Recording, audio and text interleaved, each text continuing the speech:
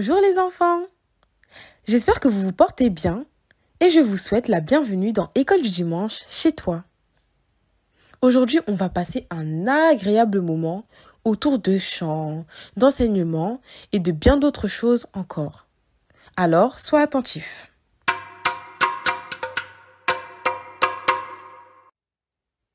Prions. Seigneur, merci pour cette nouvelle journée. Merci pour cette leçon. Et aide-nous à être attentifs aux paroles qui seront dites. Au nom de Jésus-Christ, Amen.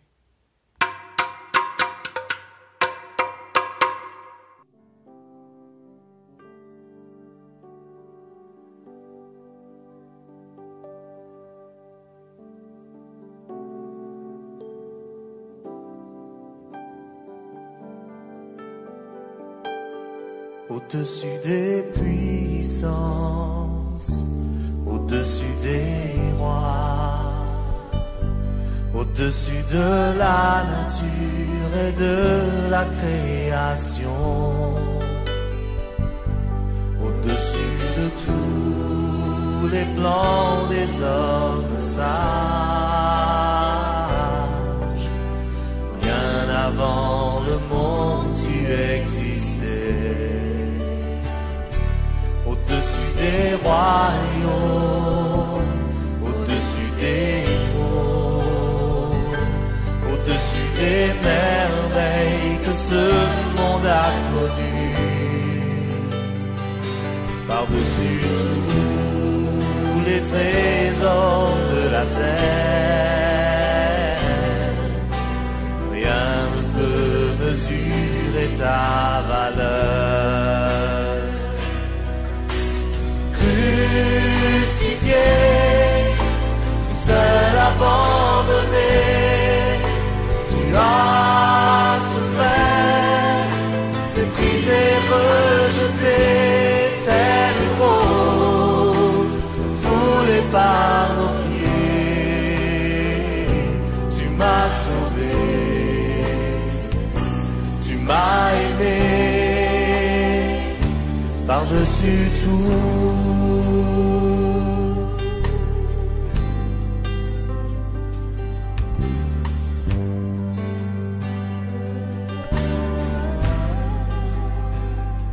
Au-dessus des puissances, au-dessus des rois, au-dessus de la nature et de la création, au-dessus de tous les plans des hommes sages, bien avant le monde tu existais.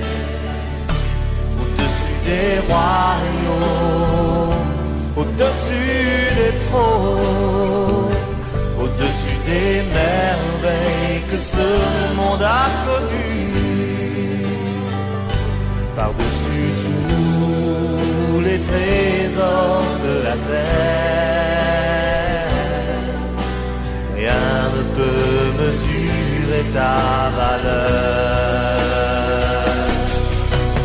Crucifié, seul abandonné, tu as souffert, méprisé, rejeté, telle une rose, foulée par nos pieds.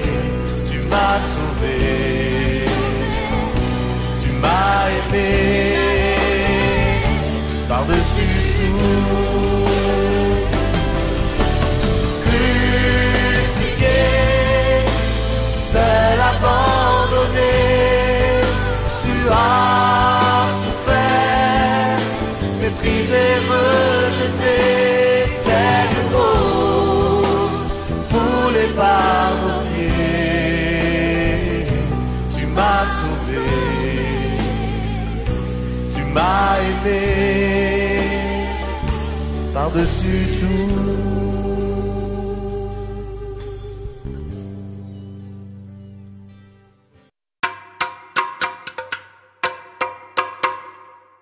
Alors la semaine passée, nous avons appris que Judas, un des disciples de Jésus, l'a trahi pour seulement 30 pièces d'argent et qu'un autre disciple, Pierre, l'a renié. Jésus est donc crucifié. Il meurt à la croix. Jésus est tout-puissant. Personne ne peut forcer le Fils de Dieu à faire quelque chose. Et oui, c'est Jésus qui a choisi de souffrir et de mourir à la croix. Mais pourquoi? Pourquoi faire ce choix? Eh bien, c'est ce que nous allons voir aujourd'hui. Alors, tiens-toi prêt. Tu peux du coup lire cette histoire dans ta Bible, dans l'évangile de Matthieu, au chapitre 27, versets 27 à 66. Bonne écoute. Jésus n'a rien fait de mal. Mais les soldats juifs l'amènent chez le gouverneur Pilate. Les chefs religieux disent au gouverneur Pilate que Jésus est dangereux et qu'il veut devenir roi. Pilate demande à Jésus: « Est-ce vrai ?» Jésus lui répondit: « Je suis roi, mais pas de ce monde. » Pilate pense alors que Jésus est innocent et qu'il n'y a aucune raison de le condamner. Il décide alors de le relâcher. Très bonne nouvelle. Mais la foule insiste et se met à crier: « À mort! Crucifie-le !» Toi à la maison, est-ce qu'il t'est déjà arrivé d'être injustement accusé? Eh bien, sache que la bonne attitude, c'est la prière, pas la vengeance. Laisse Dieu agir. Ne te venge point. En effet, la Bible nous dit: « Ne vous vengez point vous-même, bien-aimés, mais laissez agir la colère. Car il est écrit: à moi la vengeance, à moi la rétribution, dit le Seigneur. » Romains 12, 19. Alors, Pilate ordonne à ses soldats de fouetter Jésus. Les soldats sont très méchants avec Jésus et ils enfoncent sur sa tête une couronne d'épines, puis l'obligent à porter une croix en bois sur son dos. Ils se moquent de lui, crachent sur lui et le frappent sans arrêt avec un bâton. Puis ils l'emmènent sur une colline appelée Golgotha, qui signifie le lieu du crâne, près de Jérusalem. Ils lui mettent ensuite d'énormes clous dans les mains et dans les pieds sur une croix. Jésus laisse les soldats lui faire ces choses parce qu'il sait que c'est le plan de Dieu, qui malgré le péché des hommes, les aime toujours. Et oui, Dieu a prévu la mort de son Fils pour qu'il rachète tous les péchés du monde. La Bible dit: « Dieu a tant aimé le monde qu'il a donné son Fils unique, afin que quiconque croit en lui ne périsse point, mais qu'il ait la vie éternelle. » Jean 3, verset 16. Pendant que Jésus est sur la croix, au milieu de deux brigands, les gens continuent de se moquer de lui. Certains disent: « Si tu es le Fils de Dieu, descends de cette croix, sauve-toi toi-même. Si nous voyons cela, alors peut-être que nous croirons en toi. » Eh bien, Jésus aurait pu appeler les anges pour le secourir, mais il ne veut pas, car c'est pour cela qu'il est venu sur terre, pour mourir à notre place, pour que tous ceux qui croient en lui aient la paix avec Dieu. Pendant qu'il souffre, il demande à Dieu de les pardonner. « Père, pardonne-leur, car ils ne savent pas ce qu'ils font. » Luc 23, verset 34. Toi à la maison, qui m'écoutes, si tes camarades, ton frère ou ta sœur par exemple, se moquent de toi ou t'insultent, pardonne-leur comme Jésus-Christ. Près de la croix se tient Marie, la mère de Jésus, des amis à lui et quelques autres femmes. Jean, l'un des disciples de Jésus, est aussi avec elle. Ils sont tous abattus de voir Jésus cloué sur cette croix. Soudainement, le ciel s'assombrit vers midi. Jésus crie à son Père: « Mon Dieu, pourquoi m'as-tu abandonné ?» Puis vers 3 heures, Jésus dit: « Tout est fini », ce qui signifie qu'il a accompli ce qu'il est venu faire dans le monde. Il baisse la tête et meurt. D'un coup, la terre se met à trembler. Tout le monde a peur. À ce moment-là, le soldat romain qui était chargé de crucifier Jésus est face à un choix important. Et oui, on peut penser qu'il a le choix entre faire savoir à tout le monde qu'il croit que Jésus est le Fils de Dieu, ou bien être simplement désolé pour Jésus. Après tous ces événements, Joseph, l'un des disciples, prend le corps de Jésus-Christ et le place dans une petite grotte. Il roule la pierre devant l'ouverture de ce tombeau et les soldats viennent monter la garde. Les dirigeants les ont envoyés afin que personne ne puisse enlever le corps de Jésus-Christ. Une longue et triste journée prenait fin.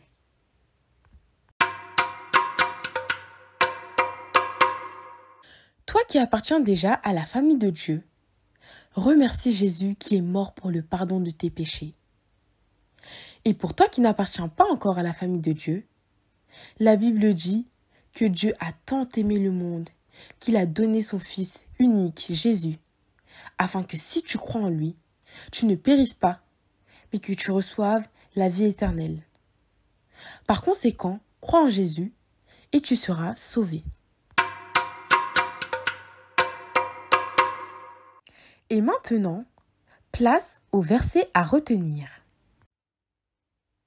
La Bible nous dit dans Romains 3, verset 25, « Dieu l'a offert comme un sacrifice, afin que par sa mort, le Christ obtienne le pardon des péchés en faveur de ceux qui croient en lui. » Ce verset nous rappelle tout simplement que Dieu a offert son Fils Jésus-Christ en sacrifice pour nous, afin que nos péchés soient pardonnés et que nous croyions de tout notre cœur en lui.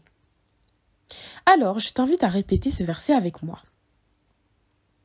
Dieu l'a offert comme un sacrifice afin que, par sa mort, le Christ obtienne le pardon des péchés en faveur de ceux qui croient en lui.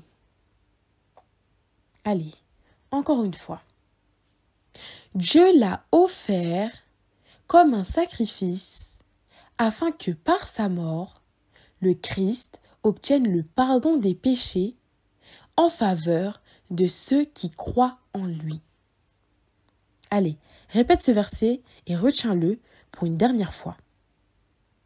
Dieu l'a offert comme un sacrifice afin que par sa mort, le Christ obtienne le pardon des péchés en faveur de ceux qui croient en lui.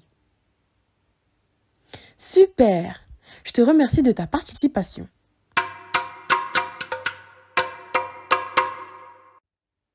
J'espère que tu passes un agréable moment et que ce moment te plaît. Nous allons maintenant passer au quiz. Ce sera un bon moyen pour nous de nous remémorer cette leçon. Comme d'habitude, je vais énoncer une série de questions auxquelles tu devras y répondre. Bien évidemment, à la fin de chaque question, je te donnerai la bonne réponse. Allez, c'est parti. Question numéro 1. Comment s'appelle le gouverneur romain vers qui Jésus a été conduit? Réponse A, David. Réponse B, Pilate.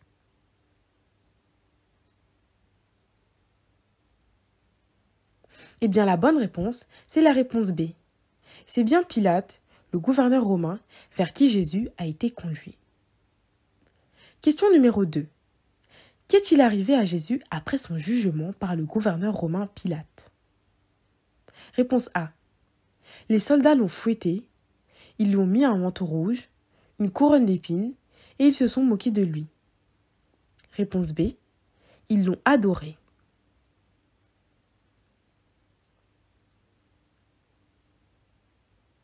Bonne réponse. Réponse A. Les soldats l'ont bien fouetté, mis un manteau rouge, ainsi qu'une couronne d'épines, et ils se sont moqués de lui. Question numéro 3. Où les soldats ont-ils conduit Jésus? Réponse A. Ils l'ont conduit au bord d'un lac. Réponse B. Ils l'ont conduit sur une montagne appelée Golgotha. Allez, je te fais confiance. Réponds-y correctement.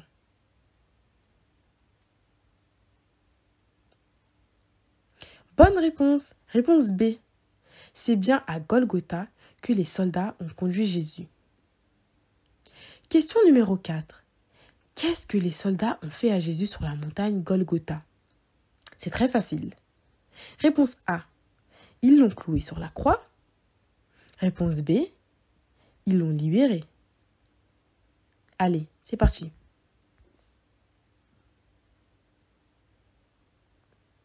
Je savais que tu trouverais la bonne réponse. C'est bien la réponse A. Ils l'ont cloué sur la croix. Question numéro 5. Que s'est-il passé lorsque Jésus est mort? Réponse A. Jésus a crié d'une voix forte. Puis il est mort. Il faisait tout noir. La terre a tremblé et des rochers se sont fondus. Réponse B. Jésus a disparu.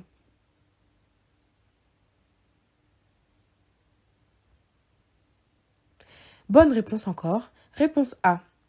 Jésus a bien crié d'une voix forte. Et puis il est mort. Question numéro 6. C'est l'avant-dernière.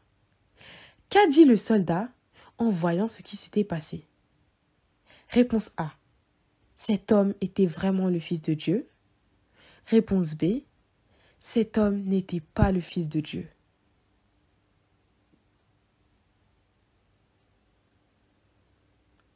Bonne réponse encore. Réponse A. Le soldat a bien dit, cet homme était vraiment le Fils de Dieu. Question numéro 7. Attention, là c'est l'ultime question, la dernière. Qui a enseveli Jésus? Réponse A. Judas. Réponse B. Joseph. Concentre-toi bien.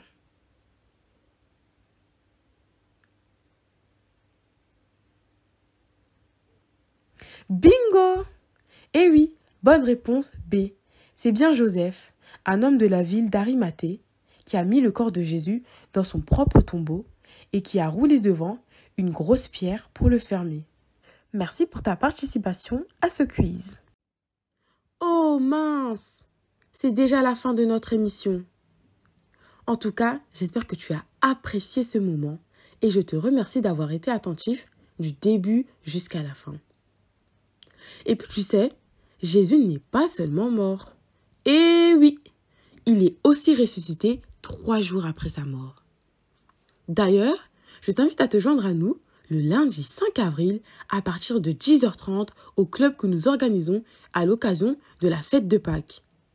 Une fête importante pour les chrétiens car nous allons célébrer la résurrection de notre Sauveur Jésus-Christ. Et puis ça sera l'occasion pour toi de découvrir comment Jésus est ressuscité. Alors n'hésite pas à t'inscrire à ce club et à en parler autour de toi, à tes parents, tes frères, tes sœurs, tes cousins et même tes amis. Alors je compte sur toi et on se dit à lundi 5 avril.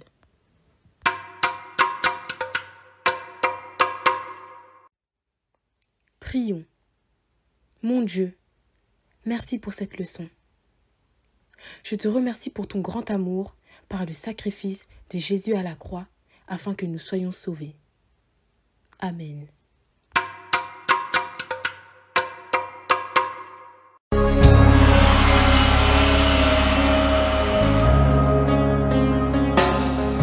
Tous les anges de sa sainteté, l'univers crie sa majesté. Chantons gloire et puissance, force et louange à l'agneau immolé, à l'agneau immolé.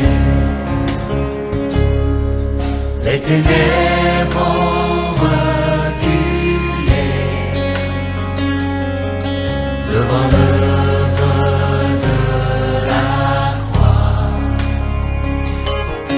devant l'agneau immolé et le sang versé pour moi. Tous les anges de sa sainteté,